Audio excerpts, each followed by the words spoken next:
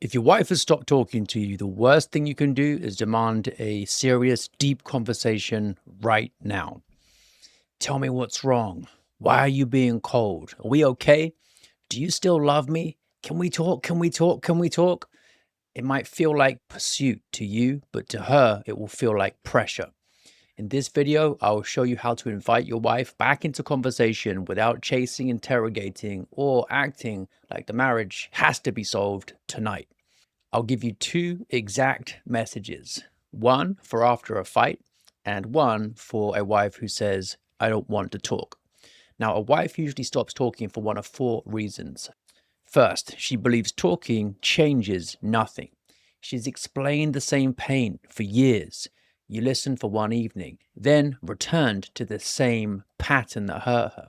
Second, she fears the conversation will become a fight.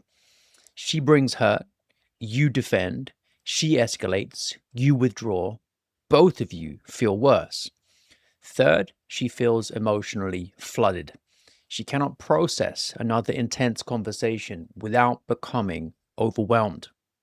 Fourth, she's begun protecting herself from disappointment. This is the most dangerous one. She stops talking not because she has nothing to say, but because she no longer expects you to care. So don't punish her silence. Don't say, fine, don't talk then. You're so immature. I guess I'm just supposed to read your mind. You never communicate. Those sentences express your frustration, yes, but they don't invite safety. Also, don't send a giant essay. A long, emotional text can feel like a demand dressed up as vulnerability. Here is the better first move. I can see you don't want a heavy conversation right now, and I won't force one. But I do want to understand you, and I'm willing to talk just for 10 minutes whenever you're ready. So, this does three things that are good. It removes pressure, it keeps the door open, and it gives a small container. 10 minutes is important. A wife who fears a 3-hour fight might be willing to try 10 minutes. Now, many men think the goal is to get her talking, but the deeper goal is to become the kind of man she feels safe to talk to. That means your first task isn't technique. Your first task is actually trustworthiness. If she says nothing, don't reply clearly something, try this. Okay, I'll respect that for now. I'm going to stay gentle and available. If you want to talk later, I'll listen. Then you just stay gentle.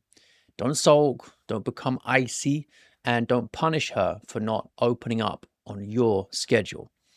Space can be prudent, but stonewalling as punishment isn't.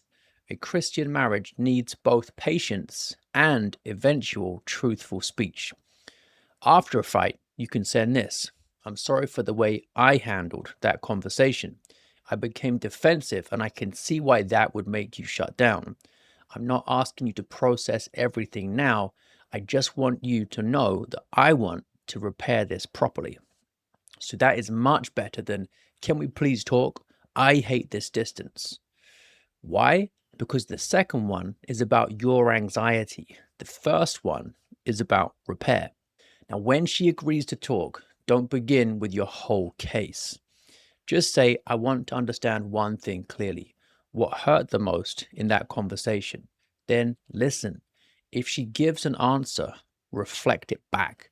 So the worst part was not the schedule itself. It was that when you asked for help, I acted like you were attacking me.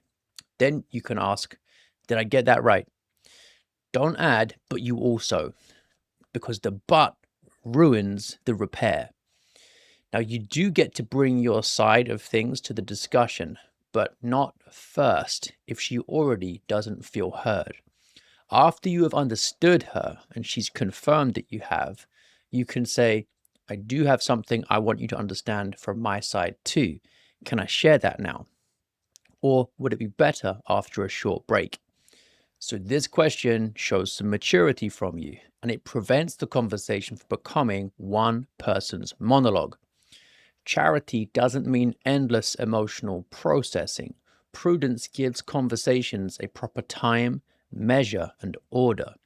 Some couples talk too little. Some couples talk too long. Both can damage peace. A good conversation has a purpose. Understand, repent, repair, decide, and then return to the ordinary daily work of loving each other.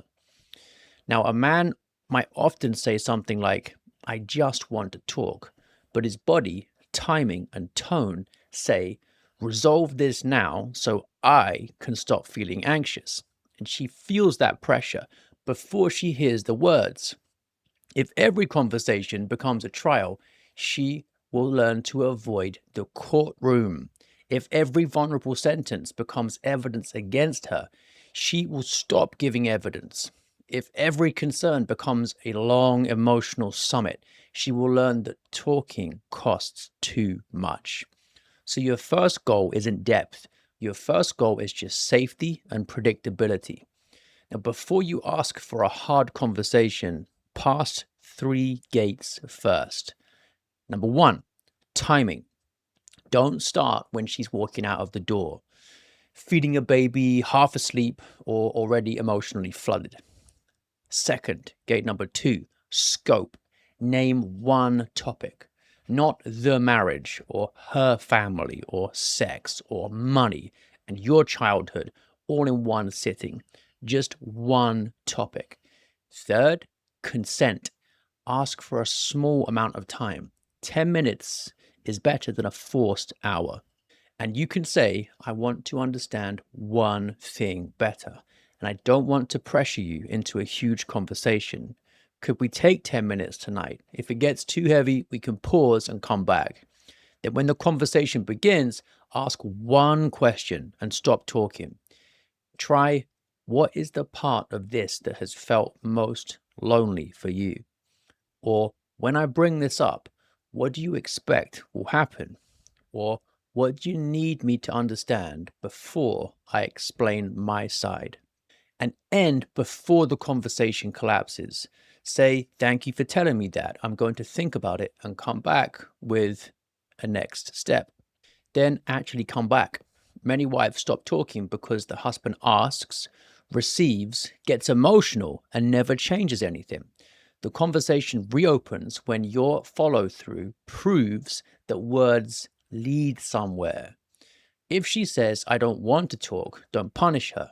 Don't say, fine, we'll never talk then. You can say, okay, I won't force it tonight. I do want us to have a way to address things, so I'll ask again tomorrow for 10 minutes. That response does 2 things. It honors her limit in the moment, and it also refuses the false piece of permanent avoidance. Pressure says, talk now so I can feel better. Leadership says, I will not force you, and I will not let the marriage die in silence. Tonight, don't ask for a full marriage summit. Ask for 10 minutes. Say, I don't want to force a heavy talk.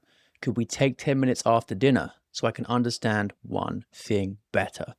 That's enough for one door to open. If you want help applying this to your own marriage, click the link in the description or the pinned comment to get KnowlandBot. And if you want me to answer your question on the channel, leave it in the comments. Don't name any names, describe the situation clearly, and I'll answer the best questions in future videos. Thanks for watching.